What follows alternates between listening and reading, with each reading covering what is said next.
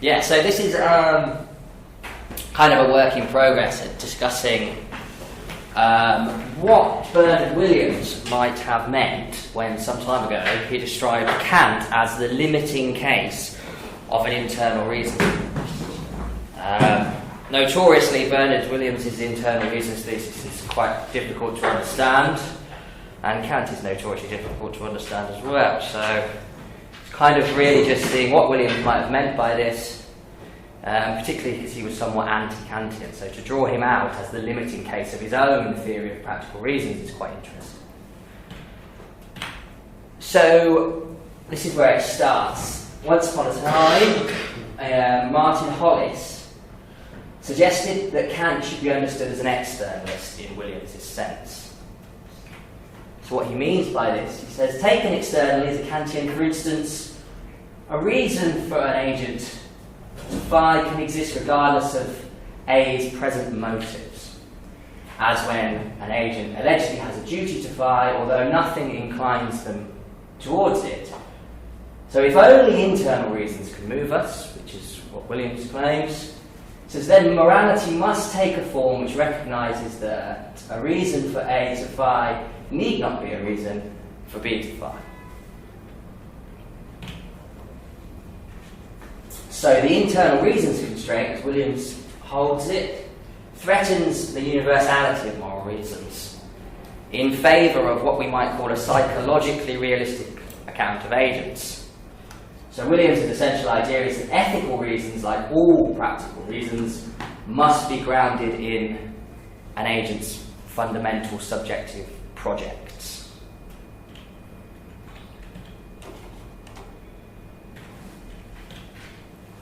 So the rationale from this externalist reading stems from cases that we find in Kant, such as the individual who has a duty to cultivate their natural dispositions but yet has no inclination to do so. So, Kant's example, we can say the idea that it's contrary to duty to pursue a life dedicated to idleness and amusement because it's not possible to will that such a pursuit be taken as a universal law. That's an example, perhaps, that brings Kant out as an externalist that you find in the groundwork. However, Williams had a response to Hollis. He says, Hollis takes it as evident that Kant is, in my sense, an externalist because an agent for Kant can have a reason to do a certain thing regardless of their present motives. He says, but I don't agree that this is in itself enough to make Kant an externalist. Kant thought that a person would recognise the demands of morality if he or she deliberated correctly from his or her existing subjective motivational set, whatever that subjective motivational set might be. But he thought this because he took those demands to be implicit in a conception of practical reason which he could show to apply to any rational deliberator as such. He says, I think that it best preserves the point of the internalism-externalism distinction to see this as a limiting case of internalism. So that's kind of, this brings us to the starting point of the paper. So what I'm going to try to do, just check what time it was, is explore the ways in which Kant could be said to represent a limiting case of internalism, but also a limiting case of an internal reasons theorist.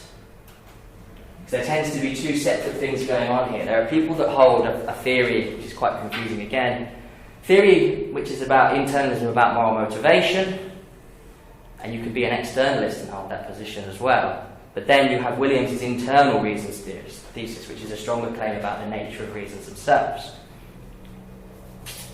So, how can we bring this out considering Williams advances a few quite anti-Kantian claims? So he says, an agent has a reason to phi if and only if A has some desire, the satisfaction of which will be served by them acting.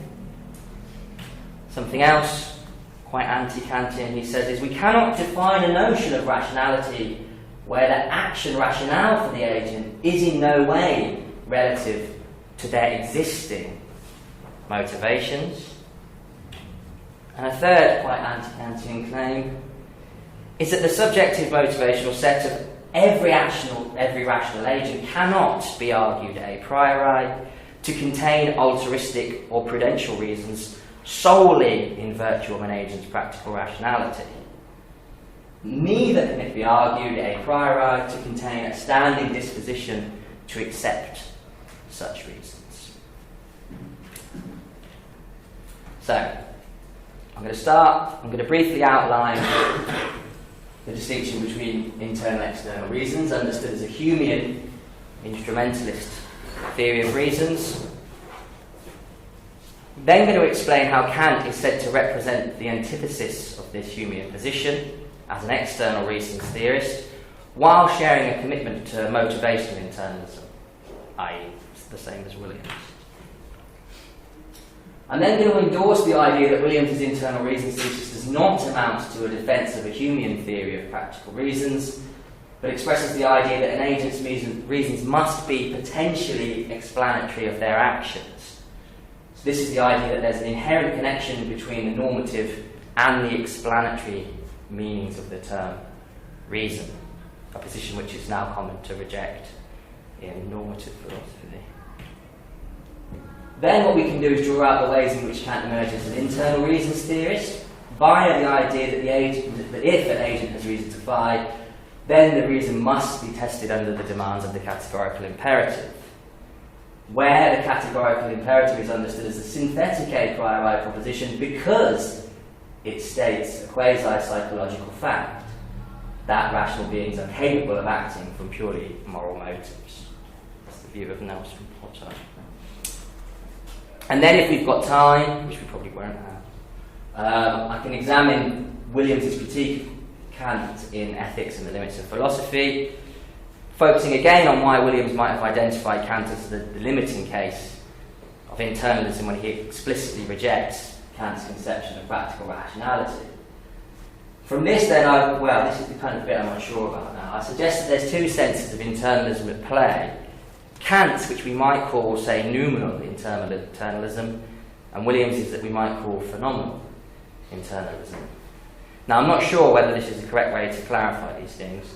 I originally wanted to call it Kant agent-neutral internalism and Williams's agent-relative internalism, but because I've just had a paper out that argues a specific way of looking at that distinction, it wouldn't make sense, so I need to change the way I talk about it.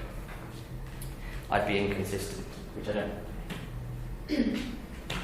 Right, so let's get clear on what Williams is saying about internal reasons. So, Williams claimed that statements of the form agent, or A has a reason to phi, or there is a reason for an agent to phi, can be interpreted in two ways. So, on the first, the truth of the sentence implies roughly that A has some motive which will be furthered by them acting. And on the second interpretation, the reason sentence will not be falsified by the absence of an appropriate motive. So he calls the first the internal and the second the external interpretation. So with Williams you have this idea that all of your reasons are relativized to what can be called your subjective motivational set. And this set consists of desires, evaluations, attitudes, projects, dispositions of evaluation, patterns of emotional reaction, personal loyalties, various projects, all embodying the commitments of the agent. Then the agent can reach the conclusion then that he or she should act by a sound deliberative route from or in virtue of the motivations that they have in their actual motivational set. Okay. And we should note the above claim is taken to be both a necessary and sufficient condition for the assertion that A has reason to phi, although Williams only ever argued for the necessity claim. So why is this traditionally understood as a Humean theory of reasons? So the Humean theory of reasons in a nutshell is the idea that the presence of a reason for action for a particular agent must always be explained by an antecedent motivationally efficacious psychological state of the agents. So a state with a world to mind direction fit, i.e. a desire. And this coincides with what Williams is talking about when he formulates his internal reasons thesis, what he calls the subhumian model. So A has reason to phi if and only if A has some desire, the satisfaction of which will be served by him phi. So this is, or some have taken this, or Williams to be advancing this classical argument for the Humean theory of reasons, which can be broken down into kind of two premises. So we have what's become known as existence internalism. So if there's a reason for someone to do something, then it must be possible to motivate her to do it for that reason. And then you combine that with the Humean theory of motivation, which is simply that motivation requires a desire. It has to be this affective state, it can't be a cognitive state like a belief. Then you say, well look, if having a reason requires motivation, and motivation requires having a desire, then having a reason requires having a desire.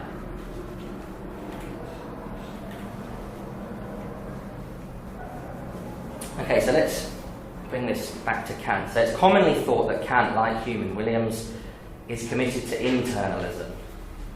So the idea that genuine moral principles, maxims or reasons must be motives for action. So if an agent has a duty to perform some action, then she must have an adequate moral motivation to perform it.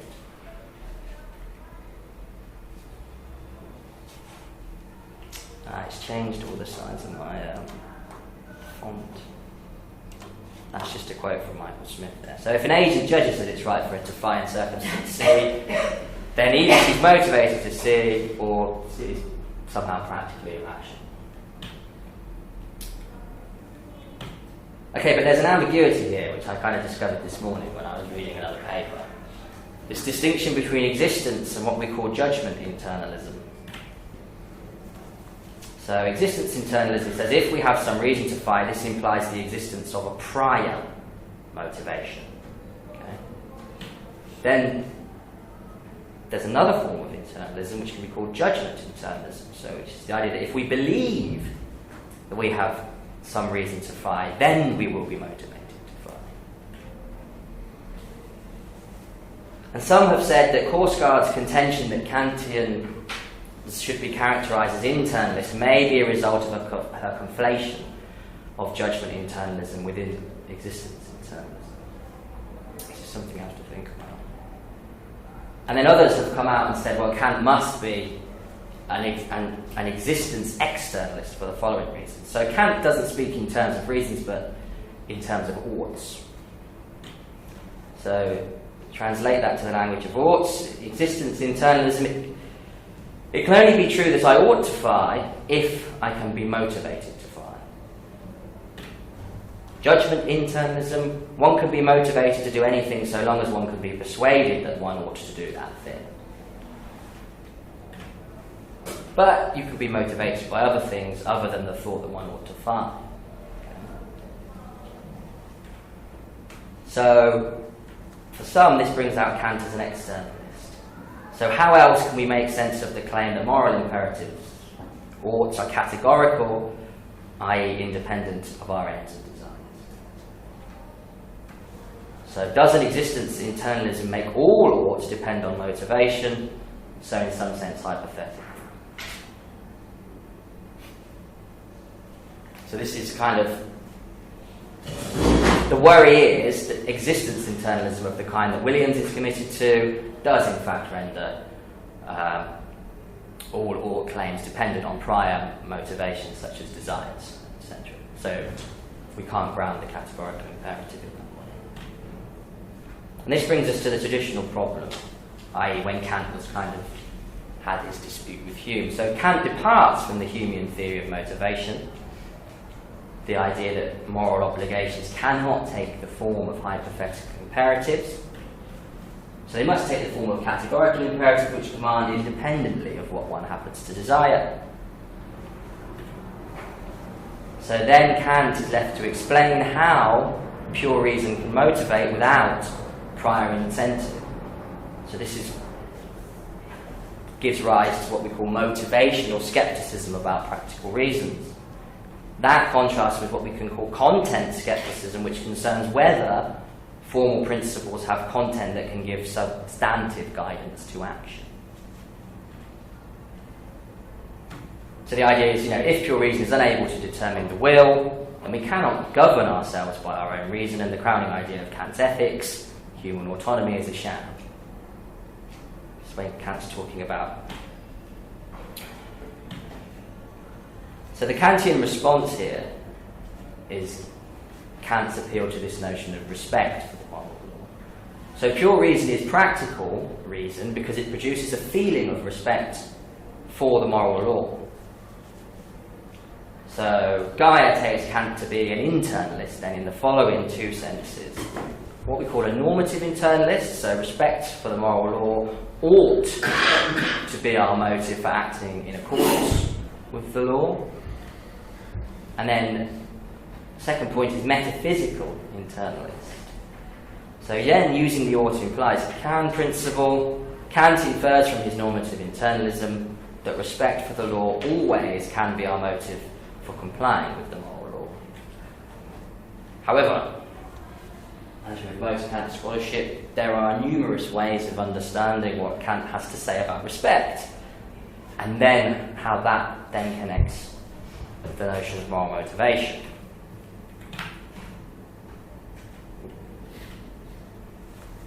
Okay, so I've kind of gone along with what Philip Rationality has to say about respect and motivation. So he says, respect is a complex mental state which includes both a cognitive and an affective aspect.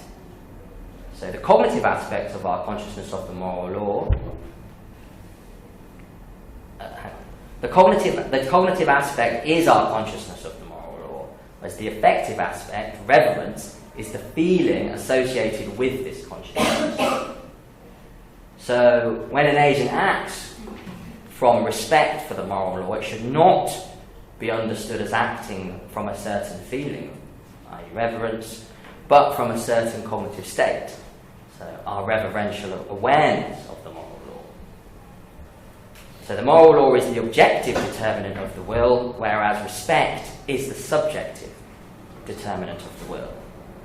In that sense, then, the moral law remains the sole motive, whereas respect is simply the state of being morally motive. So how can we tie this into how Kant might be an internalist then? So Lake again says, look, if the feeling of reverence is the state of being morally motivated, and we can only become conscious of the moral law insofar as we are conscious of being morally obligated, then it's equally plausible to think that there's a conceptual connection between consciousness of the moral law and the feeling of reverence. So, taking that, we can say subsequently, when the feeling of reverence is understood as the state of being morally motivated, not the moral motive itself, Kant's claim that we cannot be aware of the moral law without reverence amounts to motivational internalism. So, one cannot be aware of the moral law as a form of universal necessity without being motivated to do what it enjoins. Nevertheless, the moral law, qua objective determinant of the will, remains the sole moral incentive. And that fits in nicely with what Kant says here. He says, respect for the law, which in its subjective aspect is called moral feeling, is identical with the consciousness of one's duty.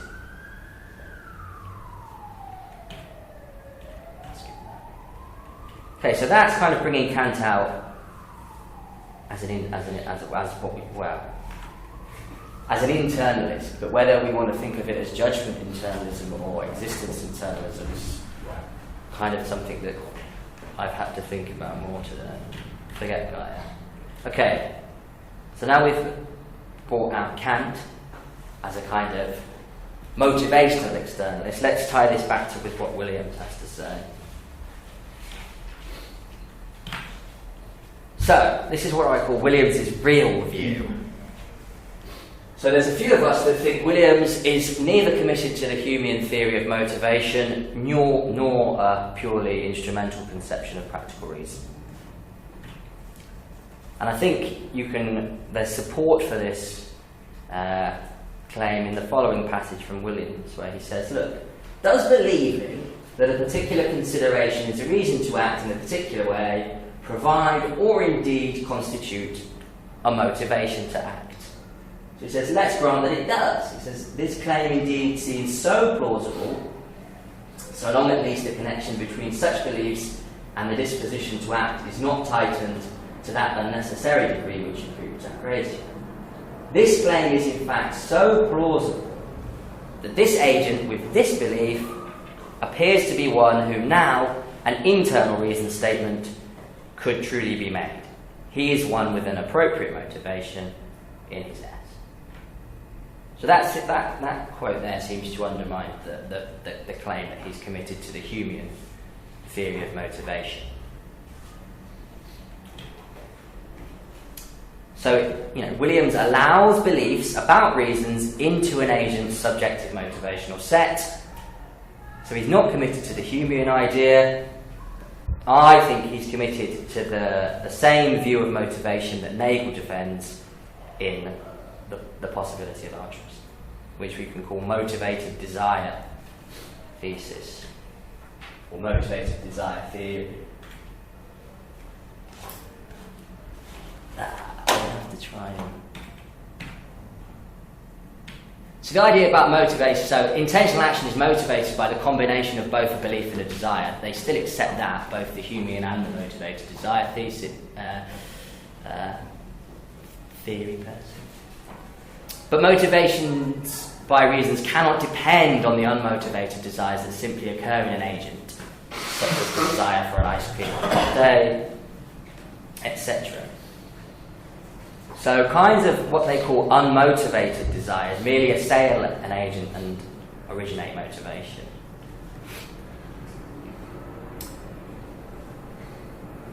But what the motivated desire theorist wants to do is kind of give these unmotivated desires an intelligible explanation in terms of a process of rational motivation in the same manner as the motivated desires that can be arrived at after deliberation. So what the essential idea is that there's no need to invoke an agent's antecedent desire or an additional desire into the reason's explanation, because in accepting the truth of a first personal practical judgment, an agent is necessarily supplied with a motivation. So in this case then, a desire of the agent will be present when the reason motivates, but the desire does not explain the motivation, nor does it explain the salience of the reason. The desire simply appears when an agent recognises the presence of a reason for them to do something or to want some state of affairs to obtain. I think motivated desire for me seems the most plausible theory of moral motivation there is, as aside from, say, pure cognitivism, which completely removes the need for any appeal to desire whatsoever. But the idea that you could be kind of motivated to do something without a desire figuring somewhere, to me, just seems kind of crazy, as it did to Nagel.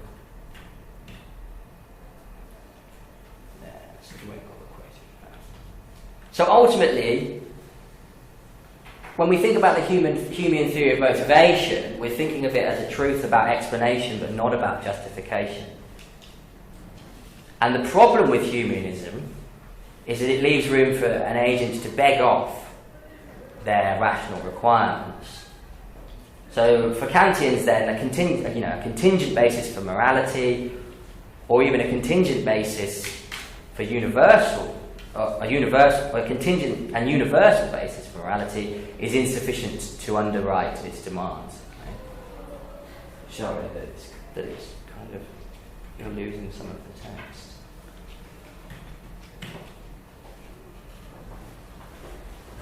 Okay, so let's kind of bring this back to Williams and Kant again. So, now that we've understood Williams, some take his view to amount simply to the claim motivational internalism, like we've already considered. Korsgaard pointed this out. So she speaks of the internalism requirement. So as she understands Williams, she says, look, practical reason claims, if they really present us with reasons for action, must be capable of motivating rational persons. She says, Williams points out that since an external reason claim does not imply the existence of a motive, it cannot be used to explain anyone's action. That is, we cannot say that person A did action phi because of reason R, for R does not provide A with a motive for doing phi. And that is what we need to explain A's doing phi, a motive. Unless reasons are motives, they cannot prompt or explain actions, and unless reasons are motives, we cannot be said to be practically rational.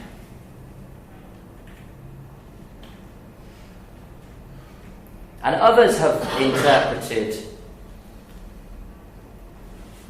Williams' views on Kant as related specifically to this motivational claim. So this is what Skorupski says. He says, look, Kantian argues that if you accept that you have any reasons for acting at all, then you can be shown to face the demands of morality. This claim is of the form, if you have reasons, then you have moral reasons, and the antecedent is supposed to be non-redundant.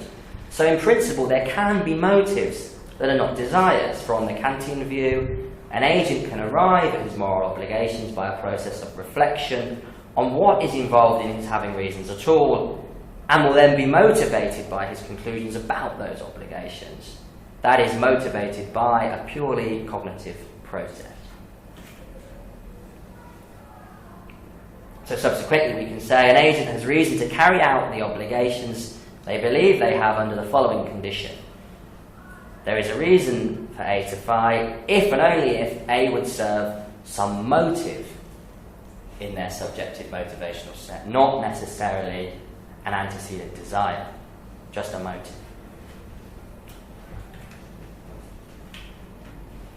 So in what sense might this be understood as a limiting case of internalism or the internal reasons thesis?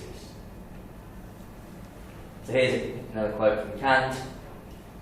In all law-giving, whether it prescribes internal or external actions, and whether it prescribes them a priori by reason alone, or by the choice of another, there are two elements. First, a law, which represents an action that is to be done as objectively necessary, that is, which makes the action a duty, and second, an incentive, which connects a ground for determining choice to this action subjectively with the representation of the law.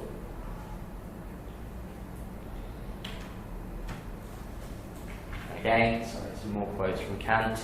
That law-giving which makes action a duty and also makes this duty the incentive is ethical. Conformity of action with law, in which the idea of duty arising from the law is also the incentive to the action, is called morality. Just because ethical law-giving includes within its law the internal incentive of action, the idea of duty, ethical law-giving cannot be external. Again, so following Potter, we can say that the incentives in ethics are internal in a double sense. So not only do they arise from the practical reason of the agent, but they track the rationale for the precept as well. Sorry, could you please read that out just a Yeah. Sorry, I'm probably going quite fast.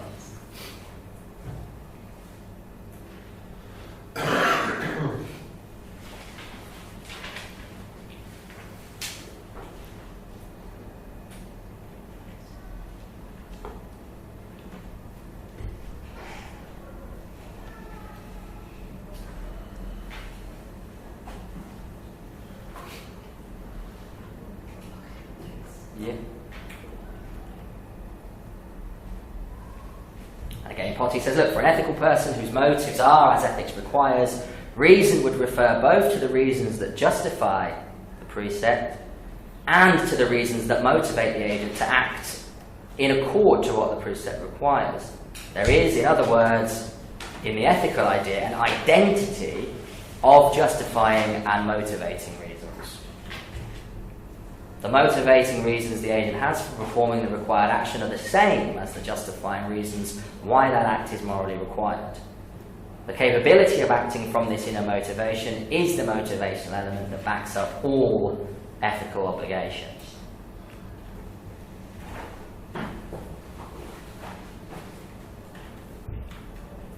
No, yeah, I was just going to add something. Forget that bit.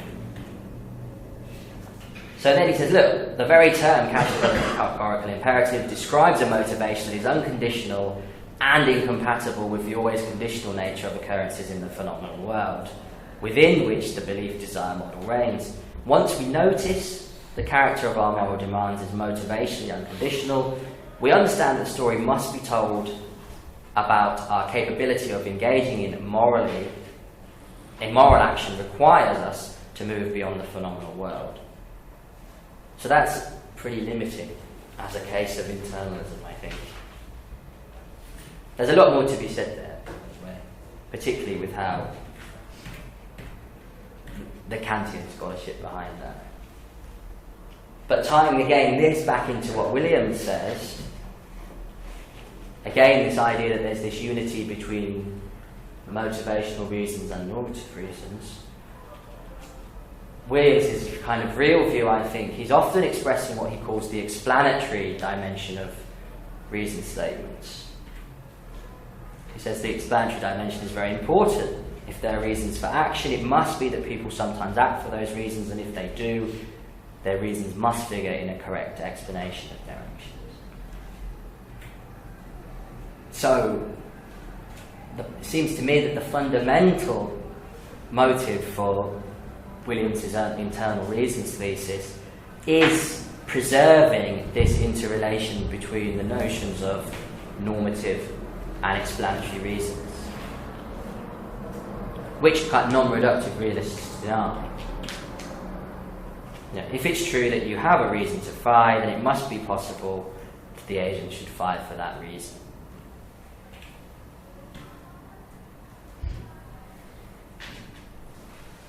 So I think that Williams's internal reasons constraint is kind of best understood as what we can call an objection to de-psychologized conceptions of action explanation via the idea that the very concept of a normative reason for action involves the concept of explanation. So it's a conceptual truth to say that there is a reason for X to phi must be referring to potentially explanatory states of the agent under idealized conditions of sound operation. That comes from Finlay. To believe that R is for you a reason for action just is to believe that R is a certain kind of explanation of action, an explanation of why you would act if you were to deliberate sound.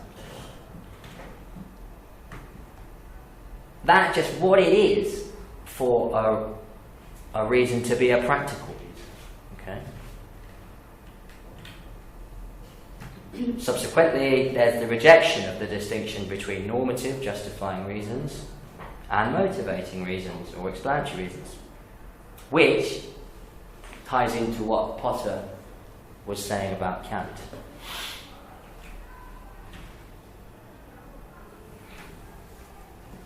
So, briefly, let's just consider Williams's views about Kant. So he said, look, Kant thought that a person would recognise the demands of morality if he or she deliberated correctly from his or her existing subjective motivational set, whatever that S might be. He says, but he thought this because he took those demands to be implicit in a conception of practical reason, which he could show to apply to any rational deliberator as such. A priori. So then that's why I originally called Kant's internalism as agent-neutral internalism. So this is because, you know, the idea is that Kant's conception of practical deliberation applies to any rational deliberator as such, regardless of who you happen to be, i.e., regardless of the existing content of your subjective motivational set. So, if I talk about neutral, then it just simply means independent of your identity, I suppose. And in this sense, then, we can kind of call Kant the kind of limiting case of internalism as a symbolic case that kind of shapes the contours of the theory, i.e. it's kind of what would be its most extreme form. Williams, by contrast, I called an agent-relative internalist, because as far as I'm concerned, he's offering us a psychologically realistic account of agents and their motivations. And that links into the view that's advanced by John Skorupski nowadays, which he calls cognitive internalism. So the idea that some consideration can be a reason for you to act only if you have the ability to recognise that if some fact were to obtain, that would be a reason for you to do so.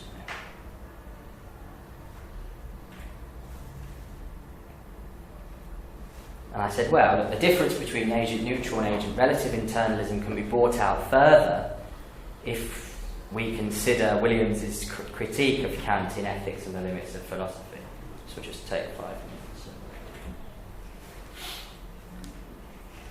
Although elsewhere I've said that Williams's anti-Kantian arguments in that chapter on Ethics and the Limits, to me, seem that they're directed at Nagel, but let's not worry about that.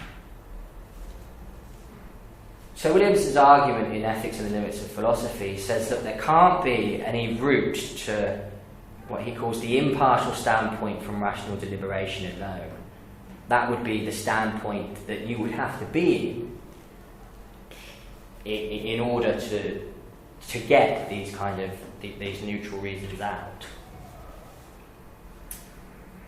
So he stresses the importance of freedom as a precondition for rational agency, but then he argues that Kant is wrong to maintain that this would commit you to the obligations of morality. So he said, moving from my need for freedom to they ought not to infer with me, I must equally move from their need to I ought not to interfere with them. This leads to the further idea that each person's basic needs and wants commit him to stepping into morality of rights and duties, and someone who rejects this step is in some kind of pragmatic conflict with themselves.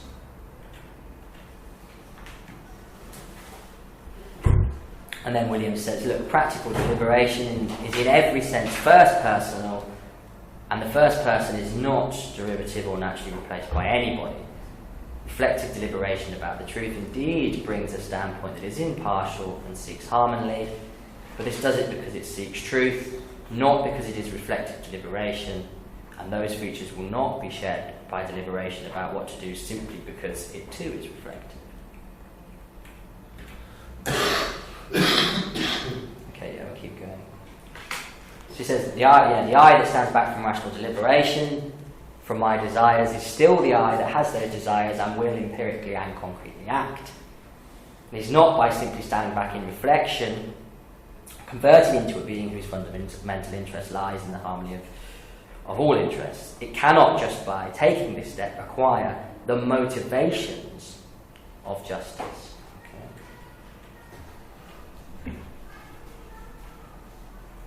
So somebody might say that every rational deliberator is committed to the constraints of morality as much as to the requirements of truthful sound deliberation.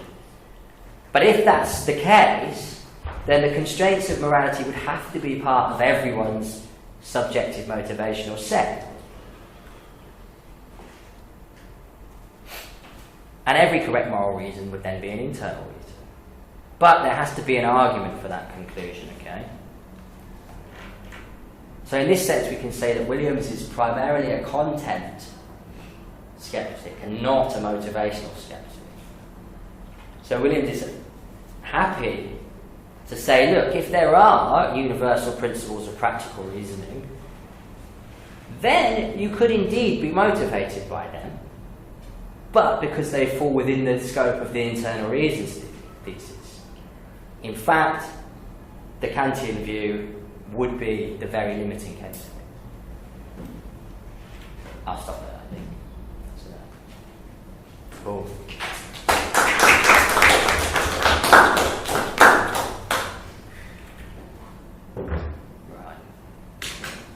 Sorry, there's a lot of quotes on that, because it's not actually really, it doesn't exist in paper form yet, it only exists in this as a talk.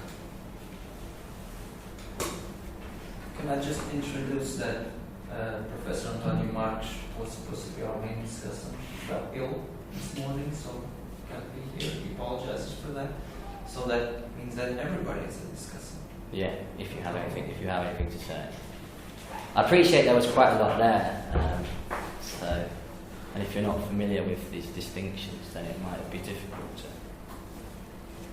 kind of go, yeah. So, thank you very much, Jamie. It was very interesting. In fact, I'm familiar with some of the concepts that you presented, but maybe not with their particular meaning in this context. You would consider an externalist someone who defended the position that something motivates my action independence of my desire, of my relation to that action. Mm-hmm. So something like the categorical imperative. Well, so that's the big question that underlies this is whether whether we understand the categorical imperative as some external sanction, or whether it too comes from within as a kind of motivated desire.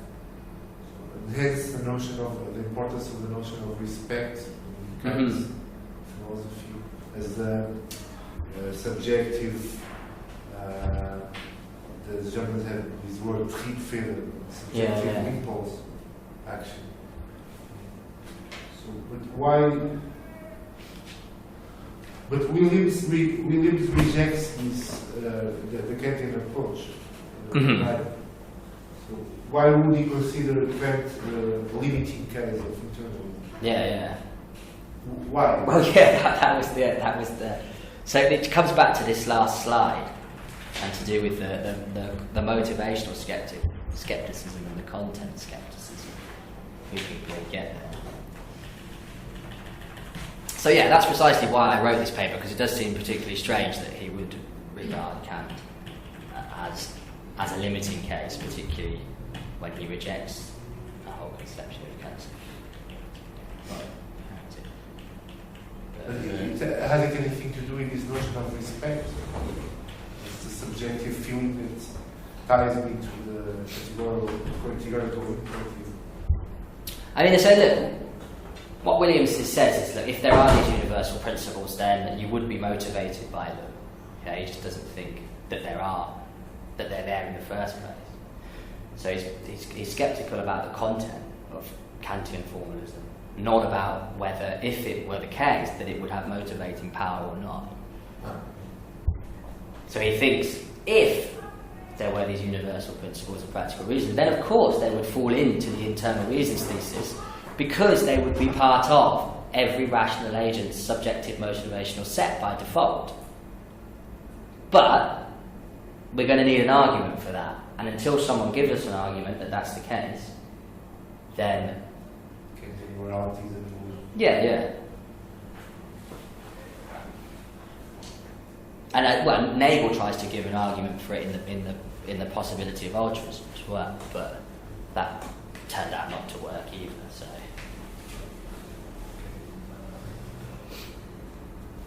I think the confusion here is, or at least because I always ignored this distinction between judgment internalism and existence internalism.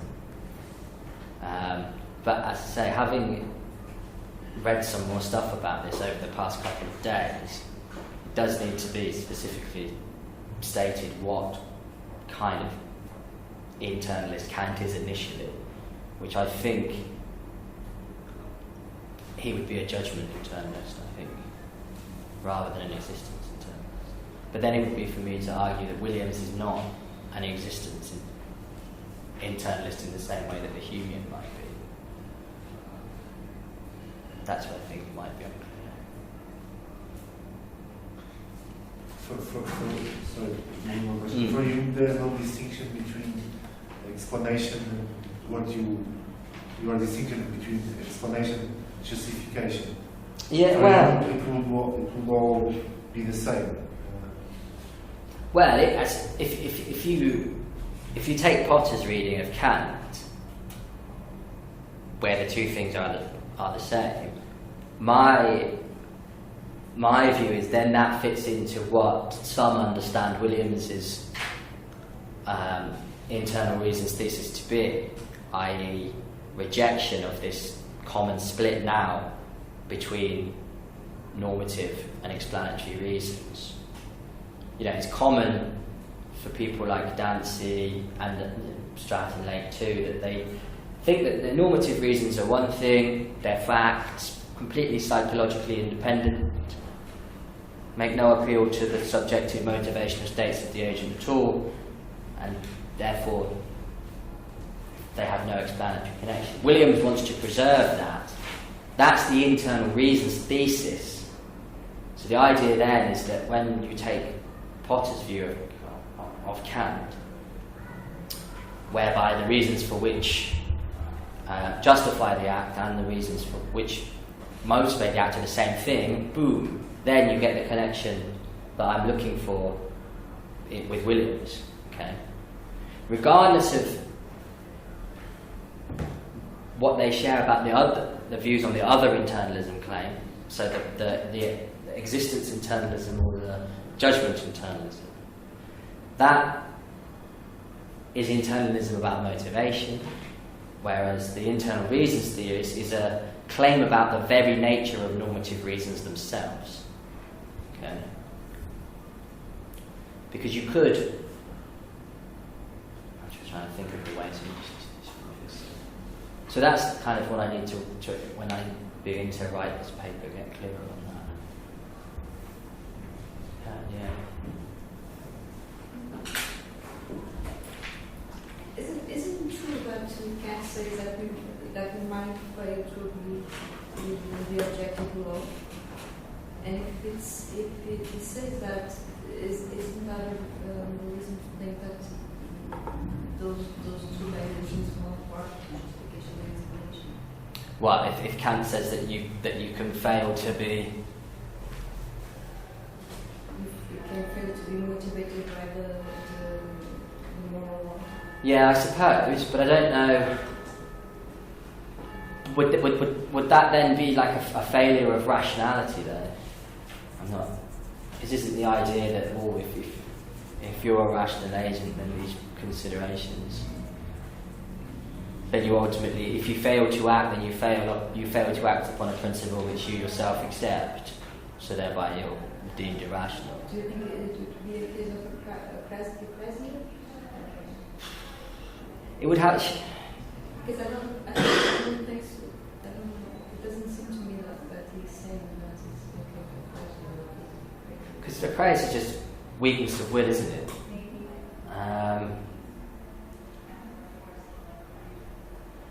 I don't know. This is where I need to do some more Kant stuff. But now at least I think I can see how everything fits together in terms of the terminology and the general ideas. But I don't think it will require like a vast amount of Kantian scholarship to get this into something that says something perhaps that's useful, without having to toy around with too much Kantian terminology. And you need to do it, don't you? Because in the end, Yeah. in the end, if I may, I had some difficulty in following the argument because it seems like there's too much terminology that tries to fit into the Kantian conceptual framework. Kant speaks mainly of ought and will, not so much of reasons for action. In a sense, you have reasons for action that can be somewhat or not different from motivations, which in turn are different from desire. So it seems like too many concepts that need to fit into Kant's idea of ought and will. But I have a question besides the difficulty, which is your notion of agent neutral. So I must confess I didn't quite understand what you understood by agent neutral. Is it the Mortki, the only thing that matters is that it is a rational person?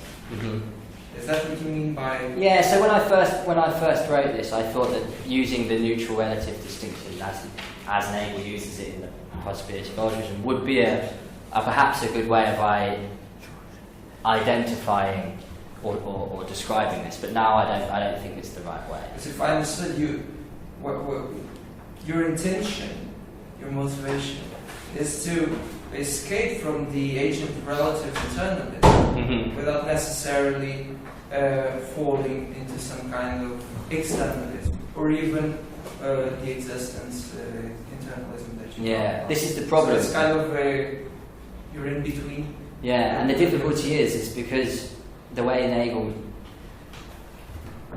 when Nagel kind of gives rise to agent neutral reasons in the possibility of altruism, they are external.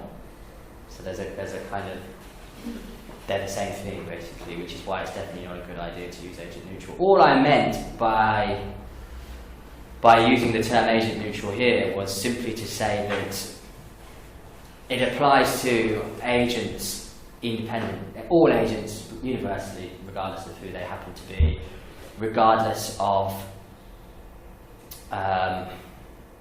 their subjective motivation set. I could have called it objective, but then you get into complications with how Kant talks about objective and subjective. You say regardless of the specific contents of the subjective motivation? Yeah, because again, if you think of Kant as the limiting case of internalism, then the demands of rationality in the moral law applies to all agents, regardless of who they happen to be. So I'm not sure what words I could use instead. I definitely don't want to use neutral and relative, because that's a very messy distinction that has loads of different ways of understanding. Interesting. Perhaps you could find the materials to fill in this lack that Williams Rogers in the paper from 1995. I don't know that paper. I only know the experience of philosophy and the external reasons. But in Kant's text itself, I mean, if basically what Williams is saying is that were there odds that apply to every nominal citizen, to use the phrase in that experience of philosophy, then there would be a problem with Kantian ethics. Basically, they would motivate subjects to act. And I actually think that you could perhaps solve that if you pay close attention to what Kant says about his transcendental notion of freedom. I copied a passage from the critical examination of the analytic after the chapter on the incentives of practical reasoning, where Kant seems to be giving an example. And this is from Fluor's translation, maybe not. Okay, I have to write this down. Yeah, it says, the rational being can rightly say concerning every unlawful action which he commits that he could have omitted it, even though as appearance, I'm sorry for the subordinates, it's just Kant's prose. Even though as appearance it is sufficiently determined in the past and is to this extent unfailingly necessary, for this action with everything past that determines it belong to a single phenomenon of this character, the character which he on his own imparts to himself, and according to which he on his own imputes to himself as a cause independent of all sensibility, the causality of those appearances.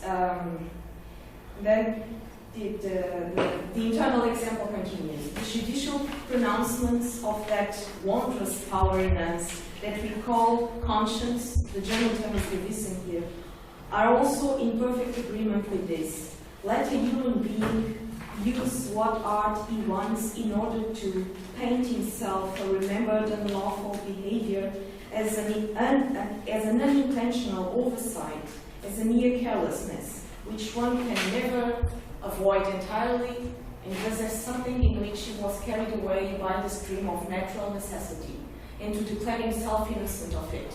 He nonetheless finds that the lawyer who speaks in this favor can in no way silence the prosecutor in him, if only he is conscious that at the time when he committed the wrong, he was in his senses, that is, had the use of his freedom.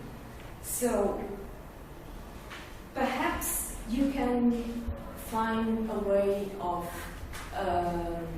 overcoming the content skepticism that worries Williams at the end of his career. If you take a careful look of what Kant has to say about this is transcendental freedom, which is something that Williams, at least in Ethics and Limits of Philosophy, still is very troubled by. He doesn't want to buy into Kant's idea of freedom. I don't know if he changes his mind later. I don't think he does, but no, that's helpful. So. The idea is that this nominal basis would be common to all, that the context of skepticism would be over. Yeah, I mean, I don't think that. I don't particularly. You can't just dispense with Kant in like 15 pages of like Williams tries to do. So again, this is when I first. I'm going to have to do a lot more reading of a lot more Kant scholarship, I suppose, to get clear exactly what Kant's saying. But that's helpful. So. I mean, I think if this was going to be a paper, I don't think that I would necessarily have to embark on any kind of defence of Kant, I don't think. But it would be it's useful to know that there might be claims that undermine Williams' content skepticism. Because if we're right that he is primarily a content skeptic and not a motivational skeptic, then there's room for that to come. Well, no, then there's a case to be made, like you've just said.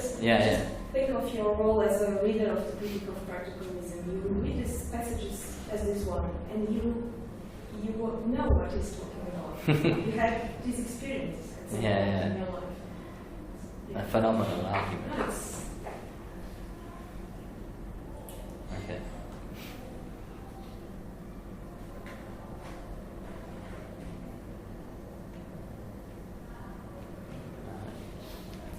Yeah, no. Well, thank you for listening. I guess that's it. Well, thank you. Yeah, thanks.